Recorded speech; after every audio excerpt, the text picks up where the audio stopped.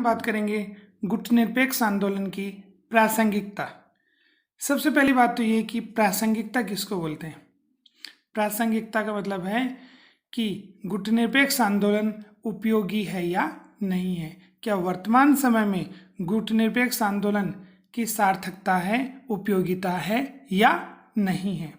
तो अगर हम देखें तो शीत युद्ध के समय में गुटनिरपेक्ष आंदोलन या गुटनिरपेक्ष नीति को अपनाया गया था, क्योंकि उस समय विश्व में शीत युद्ध जारी था। दो महाशक्तियां अपनी शक्तियों को, अपनी विचारधाराओं को बढ़ा रही थी और ऐसी स्थिति में हमने अपने आप को सुरक्षित रखने के लिए गुटनिरपेक्ष नीति को या गुटनिरपेक्ष आंदोलन को अपनाया। लेकिन 91 में क्या हुआ, 91 में शीत युद्ध समाप्त हो गया। तो 1945 से लेकर के 1991 के बीच में जो शीत युद्ध चला वो शीत युद्ध क्या हो गया, समाप्त हो गया। अब जब 91 में शीत युद्ध समाप्त हुआ तब ये मांग उठने लगी कि क्या अब गुटनिरपेक्ष आंदोलन सार्थक है या नहीं है। तो उसको लेकर के आज हम बात करेंगे कि गुटनिरपेक्ष आंदोलन वर्तमान समय में भी प्रासंगिक है, सार्थक है। तो वो किस प्रकार से है उसे हम कुछ बिंदुओं के माध्यम से पढ़ते हैं। जैसे पहला बिंदु हम देख रहे हैं कि विकासशील देशों को वैश्विक मंच प्रदान करना। कि हम बात करें किसकी, विकासशील देशों की।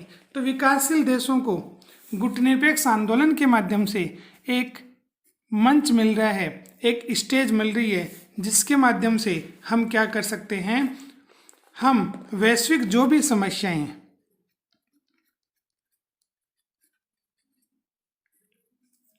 वैश्विक समस्याएं,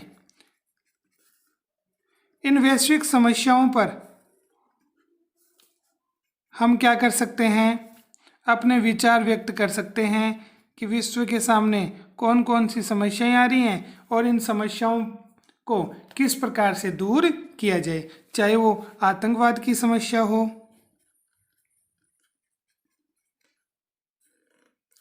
चाहे वो जलवायु परिवर्तन की समस्या हो,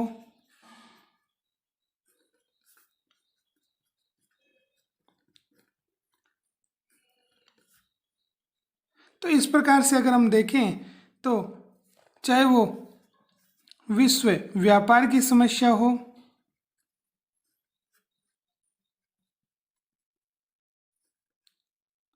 ठीक है, तो व्यापार को लेकर या जलवायु को लेकर या आतंकवाद को लेकर जो भी समस्याएं आती जा रही हैं, उन समस्याओं पर विचार विमर्श करने के लिए गुटनिरपेक्ष आंदोलन के माध्यम से जो भी विकासशील देश हैं उन्हें एक स्टेज मिल रही है, एक मंच मिल रहा है, जहाँ से वो इन पर विचार करके इन समस्याओं का समाधान ढूंढने का क्या करते हैं, प्रयास करते हैं कि किस प्रकार से इन समस्याओं को दूर किया जाए। तो एक प्रकार से प्रभावी मंच मिल रहा है। अगर गुटनिरपेक्ष आंदोलन नहीं होता तो विकासशील देशों को एक वैश्विक मंच प्राप्त नहीं होता जिन पर वो इन समस्याओं पर क्या कर सकें, जिनके माध्यम से वो इन समस्याओं पर विचार विमर्श कर सकें, उनके समाधान के तरीके ढूंढ सकें। दूसरे बिंदु की अगर हम बात करें तो है दक्षिण दक्षिण सहयोग को बढ़ावा। अगर हम बात करें तो देखो विश्व की बात करें तो विश्व को दो भागों में हम बांटते हैं। ऊपर वाला जो हिस्सा हो गया उसे तो क्या बोलेंगे, उत्तर, और नीचे वाले हिस्से को क्या बोलेंगे, दक्षिण। अब उत्तर वाले जो देश हैं, उत्तरी गोलार्ध में स्थित जो देश हैं, उनमें अधिकांश देश कैसे हैं, विकसित हैं। और दक्षिणी गोलार्ध में जो स्थित देश हैं, अधिकांश देश कैसे हैं, विकासशील। तो अगर दोनों की हम बात करें तो उत्तरी गोलार्ध के देश विकसित माने जाते हैं, दक्षिण गोलार्ध के देश विकासशील देश माने जाते हैं। अब दक्षिण दक्षिण सहयोग से अभिप्राय है कि दक्षिणी गोलार्ध में जो स्थित देश हैं, कहने का मतलब जो विकासशील देश हैं, उनमें आपस में क्या बना रहे, सहयोग बना रहे। तो उनमें सहयोग बना रहे, इसके लिए दक्षिण दक्षिण सहयोग को बढ़ावा दिया जा रहा है। और इस सहयोग में कौन कौन से देश आ जाएंगे कि एशिया, अफ्रीका और दक्षिण अमेरिका। दक्षिण अमेरिका,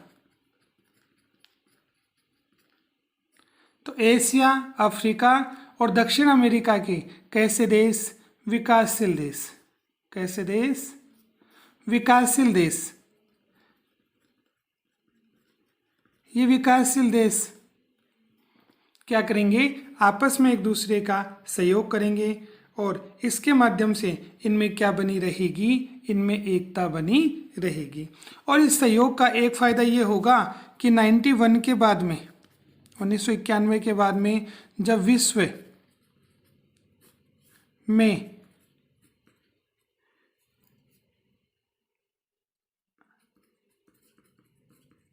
अमेरिका का वर्चस्व स्थापित रहा, अमेरिका विश्व में एकमात्र शक्तिशाली देश बना।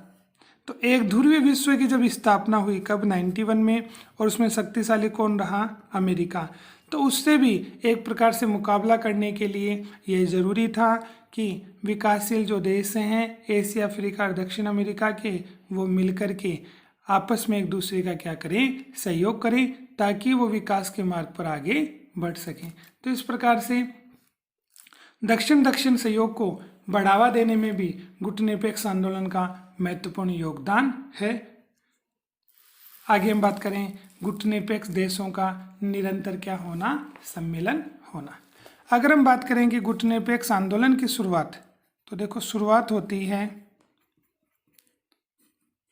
1961 में, और कहाँ पर हुई? बेलग्रेड में। तो बेलग्रेड में 1961 में गुटनिरपेक्ष आंदोलन की क्या हुई? शुरुआत हुई। और इस गुटनिरपेक्ष आंदोलन में 25 देशों ने अपनी महत्वपूर्ण भूमिका निभाई। तो ये तो था पहला सम्मेलन। और 2016 की हम बात करें तो 2016 में गुटनिरपेक्ष आंदोलन का कौन सा सम्मेलन हुआ? 17वां।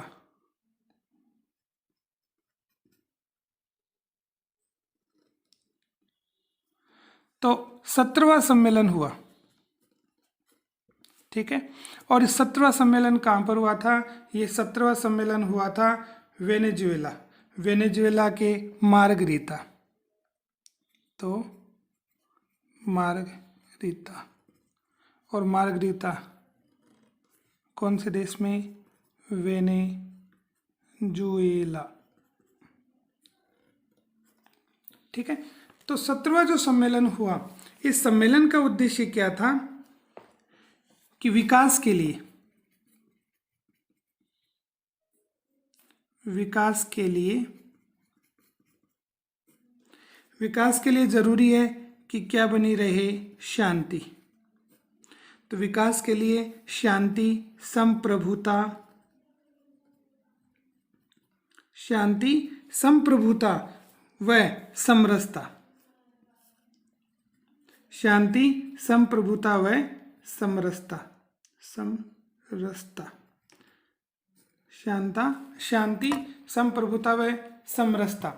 तो इसका उद्देश्य था विश्व में शांति बनी रहे, सभी देश अपनी संप्रभु नीति का प्रयोग कर सकें, सर्वोच्च शक्ति का प्रयोग कर सकें और मिलजुल करके रहें। तो इस प्रकार से अगर हम स्थापना से लेकर वर्तमान समय की बात करें तो निरंतर इसके क्या हो रहे हैं? सम्मेलन हो रहे हैं, जो इसकी उपयोगिता को या इसकी सार्थकता को या इसकी प्रासंगिकता को स्पष्ट कर रहा है।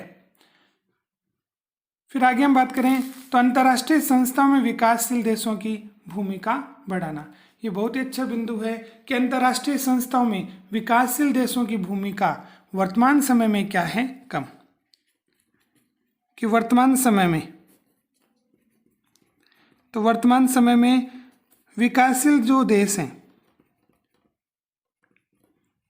उन विकासशील देशों की भूमिका अंतर्राष्ट्रीय संस्थाएं जो हैं उनमें क्या है? कम है। यदि हम बात कर लें IMF, आईएमएफ की बात करें तो इसका पूरा नाम हो गया अंतर्राष्ट्रीय मुद्रा कोष।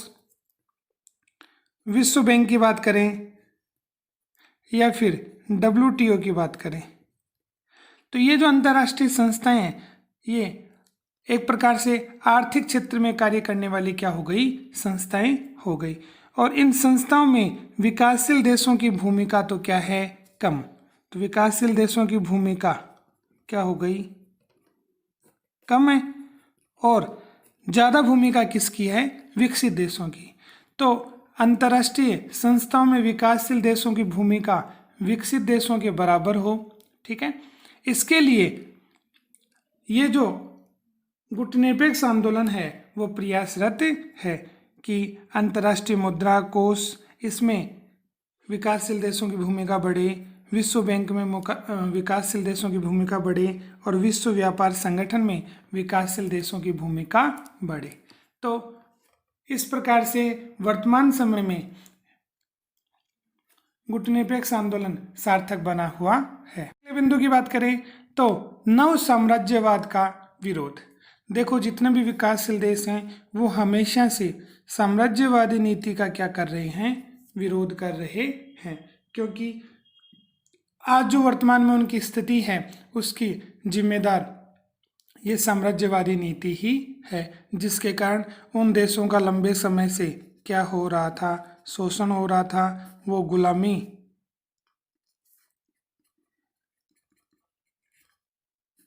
में जीवन जी रहे थे और उसके बाद में उन्हें क्या मिली, स्वतंत्रता मिली।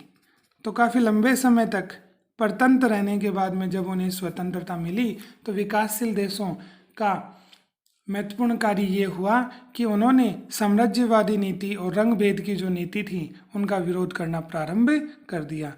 तो एक प्रकार से जब समय समय पर गुटनिरपेक्ष आंदोलन के सम्मेलन होते हैं तो वो हमेशा से आपस में मिलजुल करके एक देश दूसरे देश का सहयोगी बन करके ऐसी नीतियों का विरोध करता है जो उनकी जो आज़ादी है, स्वतंत्रता है, उस पर रोक लगाती है। तो साम्राज्यवादी नीति से क्या होता है कि शक्तिशाली जो देश हैं वो कमज़ोर जो देश हैं या विकासशील जो देश हैं वहाँ पर व्यापार की दृष्टि से जाते हैं और वहाँ पर अपना साम्राज्य स्थापित कर लेते हैं। तो इस प्रकार से नई जो साम्राज्यवादी नीति है उसका भी विरोध किया जा रहा है, किसके माध्यम से, गुटनिरपेक्ष आंदोलन के माध्यम से।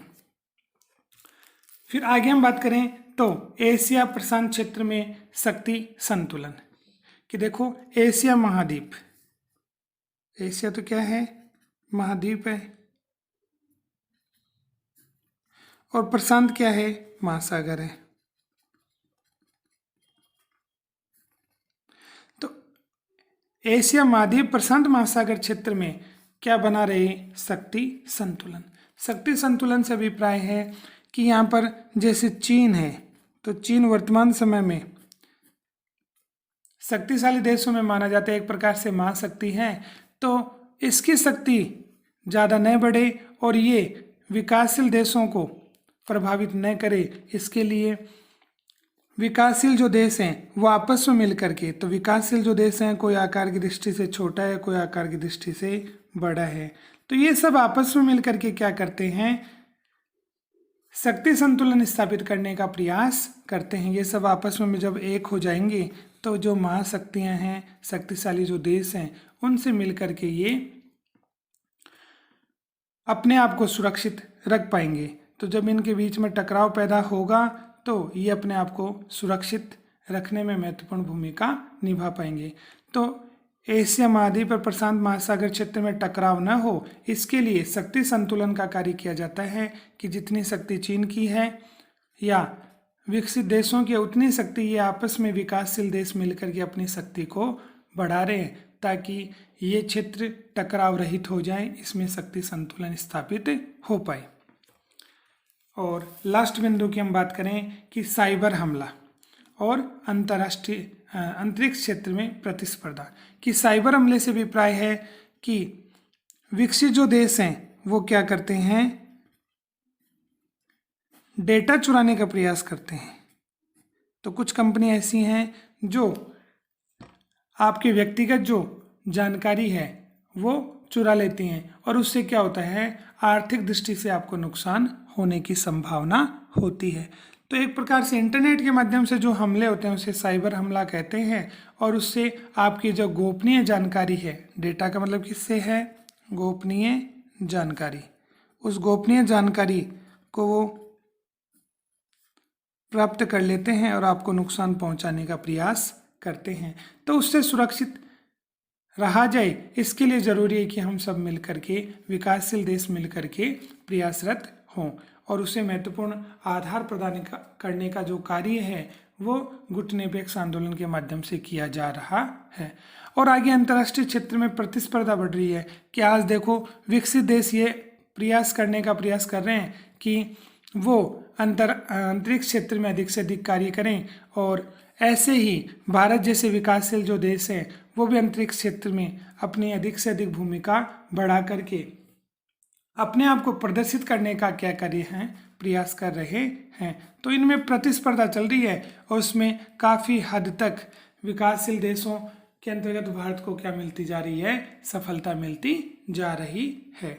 तो इसके माध्यम से भी वर्तमान समय में गुटनिरपेक्ष आंदोलन क्या है, जरूरी है। गुटनिरपेक्ष आंदोलन के माध्यम से विकासशील देश अपने विकास को आगे बढ़ा सकते हैं, वैश्विक समस्याओं पर मिलजुल करके कार्य कर सकते हैं।